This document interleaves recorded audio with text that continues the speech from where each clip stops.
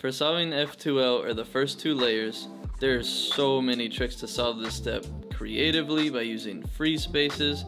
You can break progress and then restore. And so this video will be quick tips on the different names of the moves for F2L so that you can apply this to your solutions. In later videos, I'll be teaching more in depth on how to actually apply everything in this video so that you can learn how to solve F2L if you haven't learned that yet.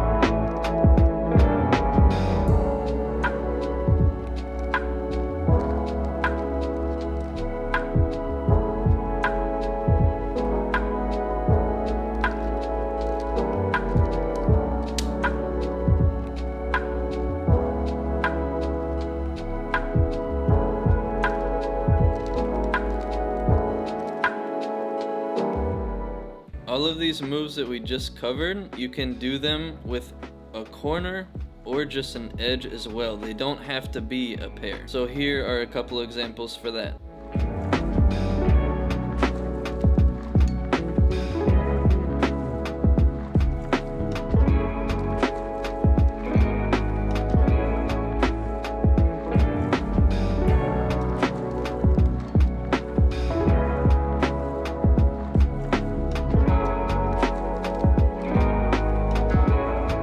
Whenever you're taking out just a corner or just an edge, you can pay attention to where they're going to be at in the top if you want to preserve that case. For example, you can set them up that way so that you can use a 3-mover insert to insert them. There are other cases where you can use a free spot to protect the edge and move the top in a way that will pair the pieces up. And also there are other cases where you can protect a corner by using the free space and moving the top to create a case to insert that pair. Also, when you have a corner stuck in the bottom and an edge in the top, you can protect the edge while pairing up the corner and taking it out. Whenever you have an edge stuck in the second layer and a corner out, you can protect the corner and move the top to pair those pieces up in the top.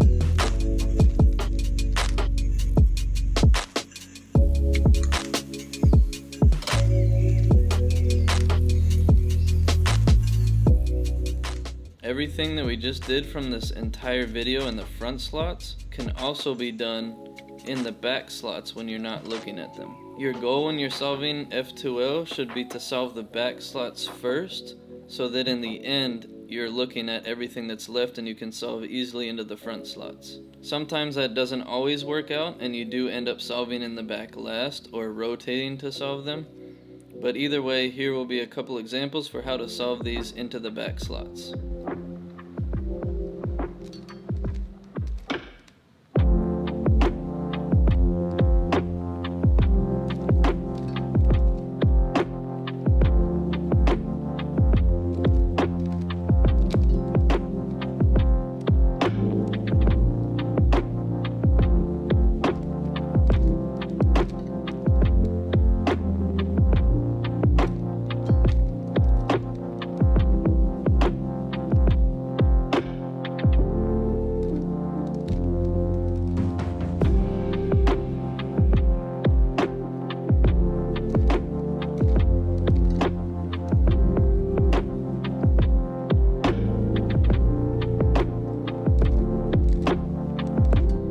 You can even do sledges or a hedge or a pseudo slot or whatever you want in the back like this,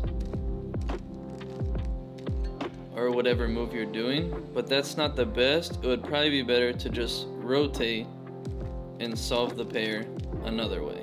For F2L, there's an endless amount of creativity that you can learn way past what I taught in this video. Even the Felix wide insert, which goes into the back slot like this.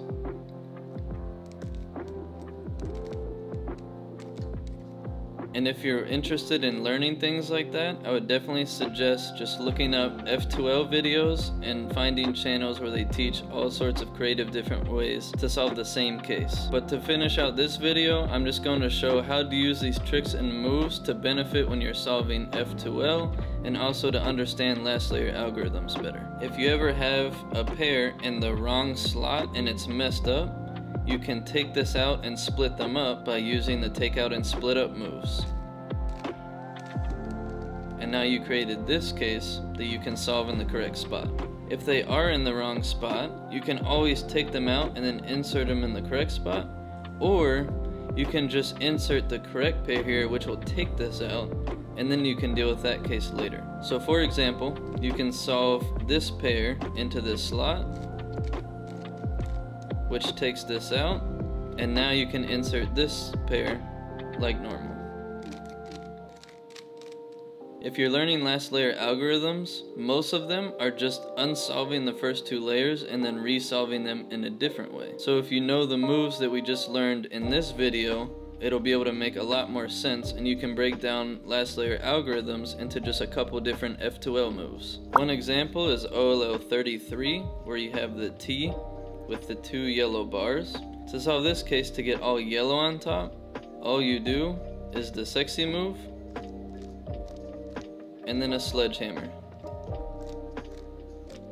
and that solves OLL. So that is all for this video for learning tips and tricks on how to solve F2L. I hope you enjoyed. Thank you so much for watching, and I'll see you on the next video.